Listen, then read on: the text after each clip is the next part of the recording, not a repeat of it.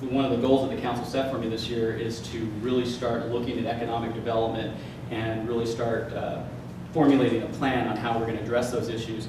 And one of the things that I certainly will be looking at is looking at those quality developments like the Renaissance Project to try to bring some of that sales tax so that you can buy a computer if you wanted to, or a pair of shoes here in the city, or you know, some kind of clothing.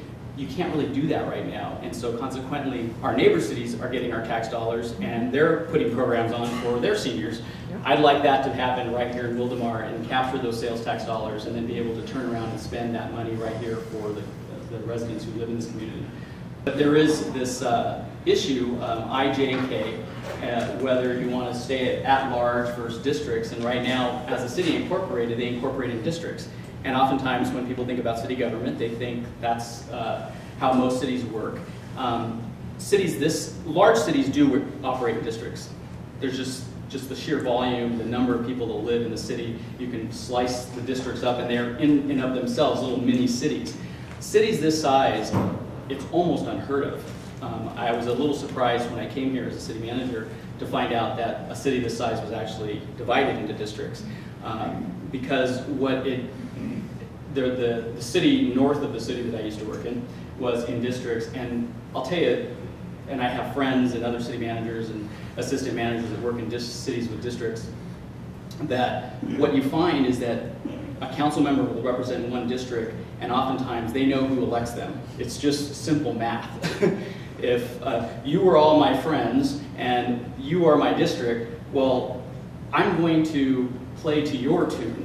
I don't necessarily have to think of the other part of the city because they don't elect me. That's not part of the equation that gets people elected. And so what happens is oftentimes when there's regional projects, let's take, I mentioned Clinton Keith overpass. That's really a regional project.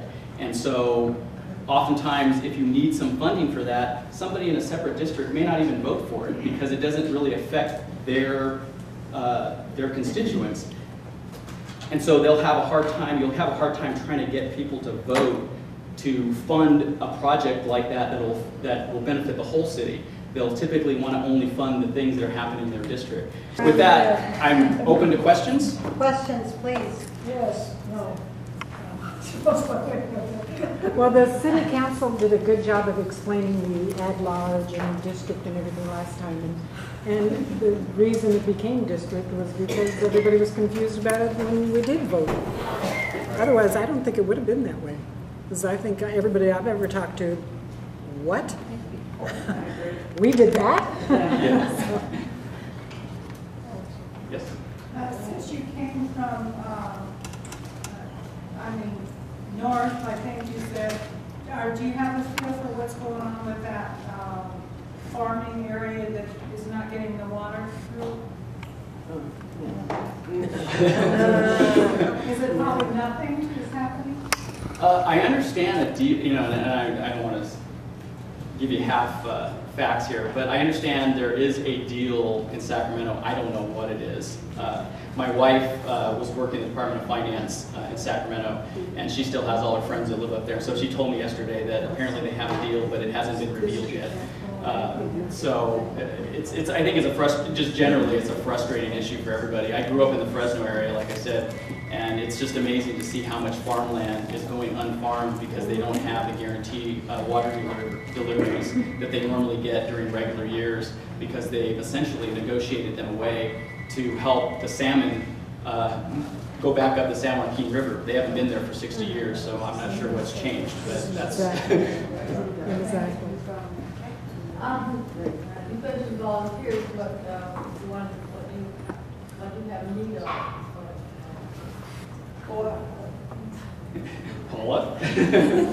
We actually have a training coming up in February 20th and February 27th. It's 2 full days.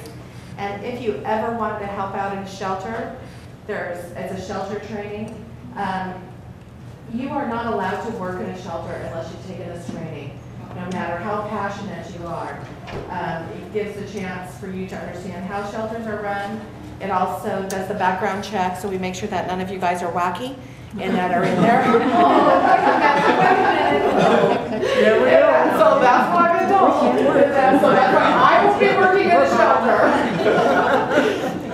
table says they're excluded out of it. Oh, wacky. So it does the whole background checks to make sure that, that we don't have anybody in there that you wouldn't want to be working in there. Just teaches you everything. So it's really important if you ever wanted to work in a shelter, and that's where either working with the food, helping check in, reading a book to children that are in there, anything like that, this is the place to be. So if you're interested in 2 full, wonderful days, and let me know. And then we have our CERT program that we'll be doing CERT trainings. That's another long training. We have from 20-year-olds to, oh my goodness, 70-ish or more old, and that are doing CERT training. And that doesn't mean that you're going to be putting out fires and trying to bring people out of buildings, and that you are taught that during the training, but it will give you a lot of other information and stuff for this. Is everybody aware of what CERT is? No. Paul, do you want to give this?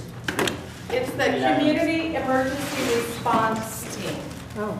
And you get a cool vest, a backpack, your own helmet, goggles, and that all the fun stuff that that would happen for an emergency. We're also going to be using the CERT team to help out at our community cleanup. We're having a community cleanup here on the 14th of this month, right across the street. I got to get my bearings here.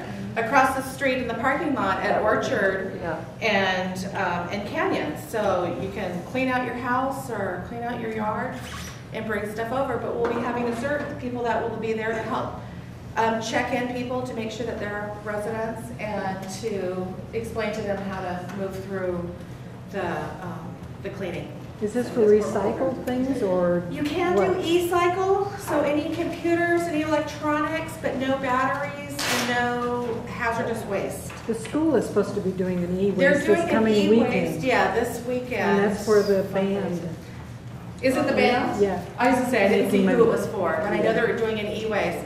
So if you don't make it that weekend, then you can get rid of it on the 14th.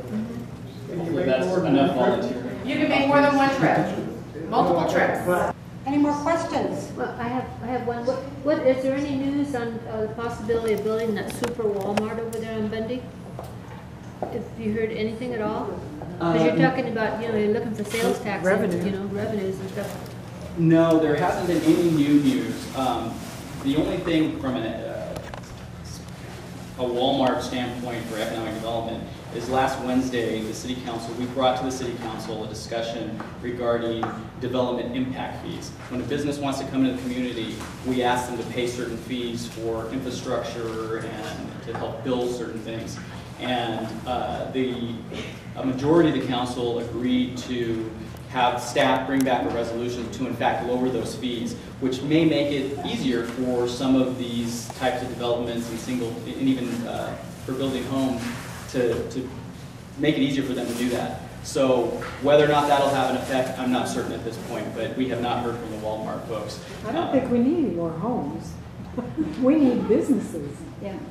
Retail. Talk to the There's too many homes as it is. There's not enough water for all the homes that we have.